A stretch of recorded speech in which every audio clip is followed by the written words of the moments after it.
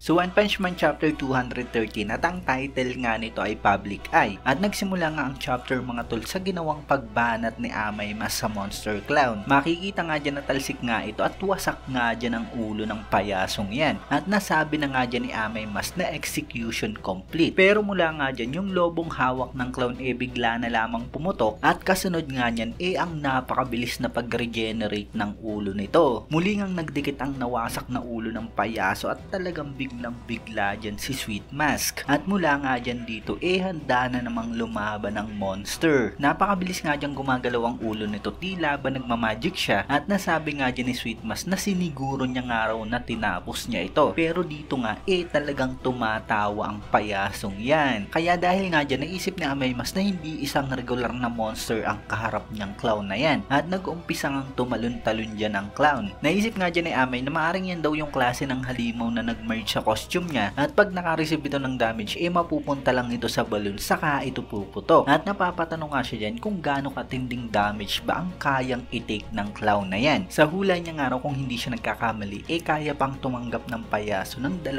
pang fatal blows. At kasabay nga niyan mga tol habang iniisip yan ni Amaymask bigla na nga lang naglabas ng puting tela dyan ang clown at nagmagic na nga siya dyan. Nakapaglabas nga siya dyan ng unicycle at ang matindi nga dyan mga tol hindi nga basta-basta ang gulong ng bike na yan. Bakal nga ito at may mga talim na parang bala sa grinder at sa pagpidal nga dyan ng clown talagang nahihiwa ang kalsada. Habang naisip naman dito ni Amaymas na depende nga raw sa kung paano gagamitin talagang delikado nga raw ang skill na yan. Sumigaw naman dyan ang clown para sa lahat. Attention daw, magkakaroon daw sila ng special act ngayong araw. So para bang itinuturing niya nga itong palabas niya. At kasunod nga niyan mga tol biglang umatake nga siya dyan ng napakabilis. Ginamit niya ang attacking human dismemberment show at makikita natin na matindi nga talaga ang damage ng clown na yan dahil sa hiwa nga yung dinadaanan niya. Pero napakabilis nga ni Amaymas, sumitestep nga siya dyan para makailag at kasunod nga niyan ayan na nga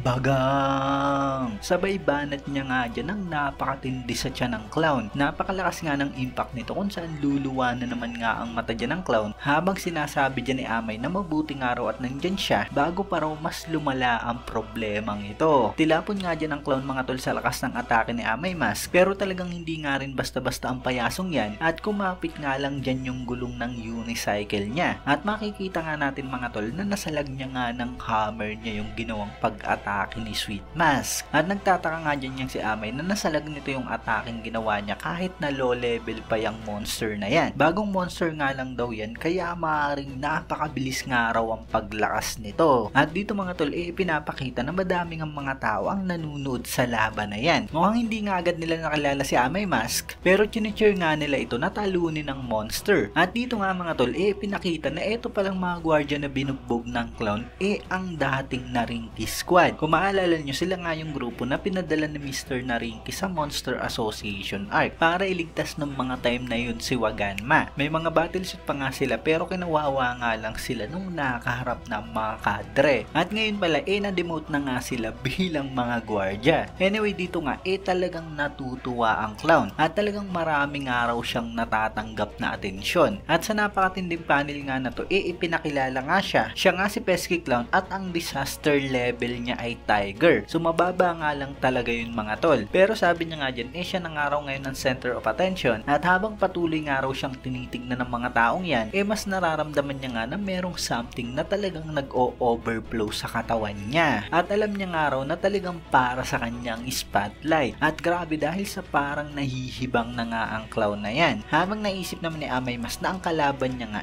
talagang gustong gusto ng matinding atensyon. At mukhang mas lumalakas nga raw ito habang dumadami yung public attention. Kaya mula nga dyan mga tol nagsalita nga agad yang si Sweet Mask. Sinabi niya nga dyan sa mga tao na delikado nga raw dito kaya kailangan mag-evacuate agad. At siya na nga lang daw ang bahala sa monster na to. Pero mula nga dyan parang may nakakilala nga sa boses niya. Pati ang clown talagang napatingin ng husto sa kanya at napatanong na nga lang ito kung yan ba si handsomely Sweet Mask. Mula nga dyan mukhang biglang-bigla nga ang mga tao at hindi sila makapaniwala na makikita nila dyan si Sweet Mask. Ano ba raw ang ginagawa ng sikat na yan sa amusement park at kung nagsushoot ba raw ng pelikula ang mga ito. Ang matindi pa nga dyan, meron pang mga tao sa malayo na ipinagkalat na nandyan daw si Sweet Mask. At dahil nga dyan, nagsipuntahan na nga ang mga tao. At dahil dyan mga tol, talagang napakarami na nga ang audience nila. Pinapalis niya nga ang mga tao, pero ang nangyari, mas lalo nga silang dumami. Bad news nga ito para kay Sweet Mask dahil sa mas lumalakas nga ang kalaban niya pag maraming atensyon ang natatanggap nito. At makikita natin dito mga tol na mukhang bap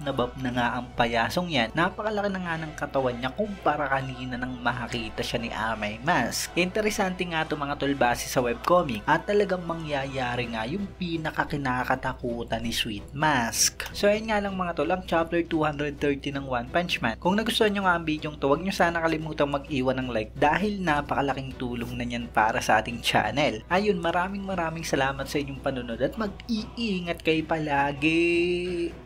Bagang!